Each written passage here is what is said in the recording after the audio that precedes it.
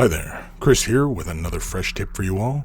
In this video we are going to continue our look at painting the Royal Warden from the Indomitus box set for the Necrons. In this video we are going to do something fun on the power cables that run from his spine to his gun. We're going to give the cables themselves a base coat of Nagroth Night, just thinned out ever so slightly with the dampness of the brush, and we do apply more than one layer. I do believe we just put 2 layers onto this, and I also do the other side of the cables, although it does not show up in this video just because it just really becomes a funny camera angle and everything like that, so I don't bother showing the other side of the cables. After we've got 2 layers down, we're going to go with Xeris Purple.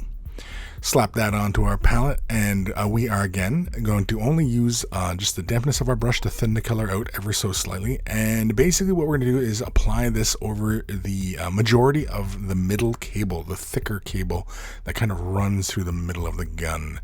Now, as I mentioned, we are going to do something a little bit fun here, because basically the way I kind of sees it, the cable is running to the gun and it runs to his spine, so that tells me that this is powered by the Necron or something along those lines. And I kind of want to have those cables kind of have a bit of a glow to them. So I'm going to add a little bit of Nagroth Night to that Xeris Purple, kind of sort of a 1-to-1, and then along the smaller cables I'm going to run this just to create an initial transition. I will only go about a third of the way, and then another third of the way with a gap in between that bottom cable, and then the small cable above the thick cable is just going to get about a third kind of in the middle of the cable, the length of what it runs from the spine to the gun itself. With that, I quickly come back into some Xeris Purple all on its lonesome, and begin laying in little dashes essentially along the cable. Now, what I had done with the initial mixture of Xeris Purple and Nagroth Night was create that initial impression of a transition occurring there.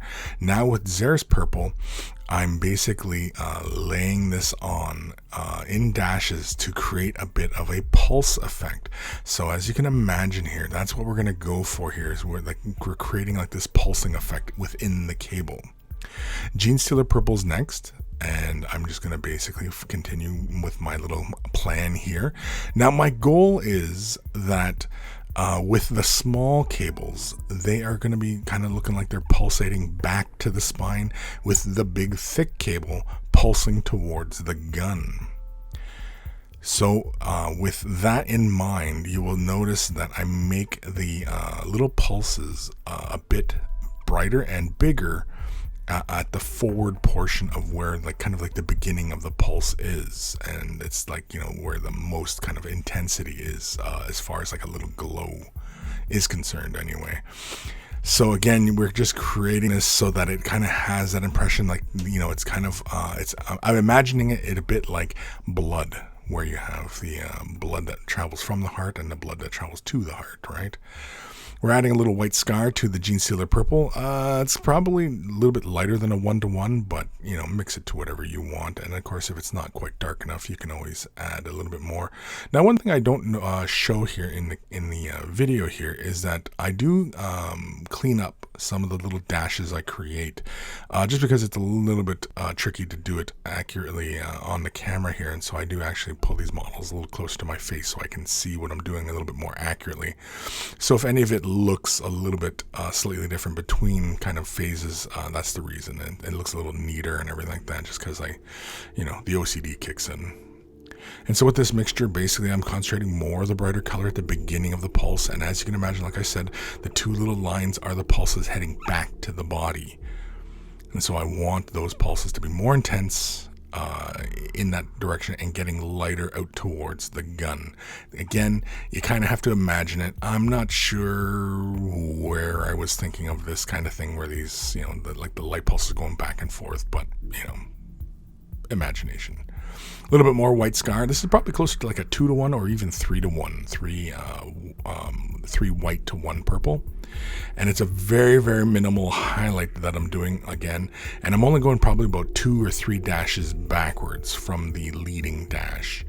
Again, this is all reliant upon creating those gradients on that surface, and these aren't complete rings all the way around the tube. Again, as I said, it's a little bit of colors on the other side, but otherwise I wasn't too fussy about, how it all looked on the opposite side as well. Xeris Purple and Emperor's Children is next. This is roughly a 1-to-1 mix ratio.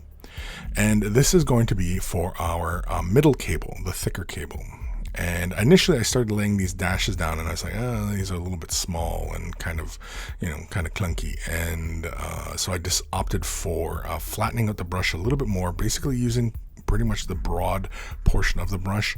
And I began kind of sketching in these shapes along that power cable, and this is going to be fairly uniform across the entirety of the cable with this color. Again, this is kind of like I'm imagining like this is the pulse, or the pulse running from the Necron to the gun, so it's bigger, it's more powerful, and it's drawing more from the Necron, so it's going to be brighter and more intense. Emperor's Children is next. We're going to mix this into our, we're going to use it all on its lonesome, that's right. And then I pick a point probably like 3/4 of the way towards the gun, and then begin highlighting the forward portion of each of those dashes that is towards the gun. So each of those imagine each of those little segments is kind of like a little light, and the little light is traveling through these little portions here. And so the forward portion of each of those dashes is getting a highlight, which is why I wanted those dashes to be a little bit bigger as well, because that way we can really kind of push this effect, and it reads a little bit easier for anybody who's looking at it going, what the heck is this supposed to mean?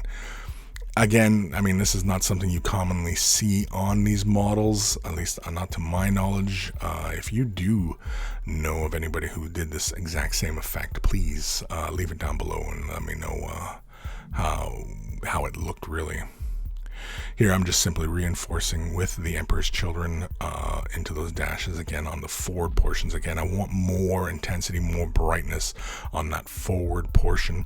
If I'd really planned this out a little bit better, I think I would have went with a little bit brighter Xeris Purple on the main part of the cable before coming in with this Emperor's Children mixture, just to build a little bit more intensity at that segment. We're going to take a little bit of White Scar, mix that into the Emperor's Children, sort of like a 1-to-1. It's probably closer to a 2-to-1, 2 white to 1 pink. And then here again, we're going to highlight the leading portion of each of those little dashes. And we're not going to highlight the entire way through the line of color. We're just going to build that intensity. And of course, as we want it to fade off, we do not highlight quite as far down each of the little segments. Again, though, I do want it to be brighter, so we are going to do a little bit more here. But as once I start to reach this point, I was feeling that basically the two colors were feeling very similar. I realized this has got more pink in it, and I wanted it more intensity. And so I'm going to take a little bit more white here, and I'm just going to use this all on its lonesome. And I'm going to highlight that forward portion of this. This is going to get a lot of white, and then each one will further back gets a little bit less, and a little bit less, and just really just kind of, building that intensity up. And I can see here I went back and did another layer just on top again because I wanted it really, really intense.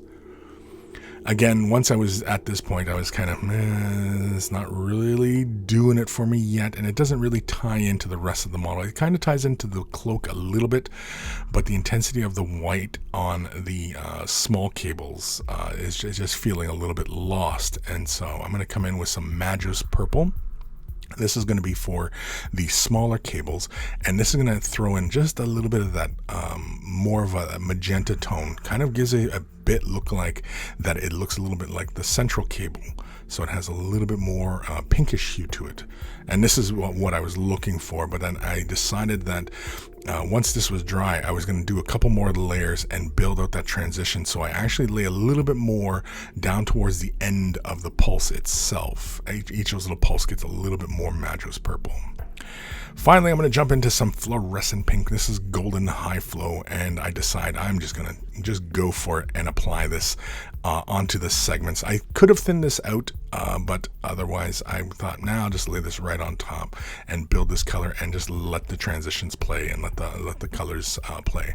On camera here you can see it a little bit better. In person this has quite a bit of an intensity, and because it gets a little bit thinned out as we work our way further down the back of the cable, that is fine. And then of course the leading portion of the cable, I also throw some of this fluorescent tone as well, just so that it feels more like a continuous kind of pulsing is occurring through the cable line. I jump back into a bit more white just on the leading pulse, just to build that out just a little bit more intensity in that area, but otherwise that is it. It's a lot of fun tying in this magenta. Of course, I've been doing this on the rest of the Necrons, and of course if you're curious about how I did this metallic chrome effect or that cloak, you can check out the previous fresh tip videos on the cloak and of course the chrome body. But that is it. That is the pulsing power cable for the Necron Royal Warden. Don't be afraid to give this one a try. Big thank you to all my patrons. Without their support, these videos would not be possible. If you're considering Patreon support, click the link in the description below and it'll take you off to a magical website called Patreon, where there's varying tiers to support at, and a huge thank you to everybody who does. Take care of those brushes and they will take care of you. They will.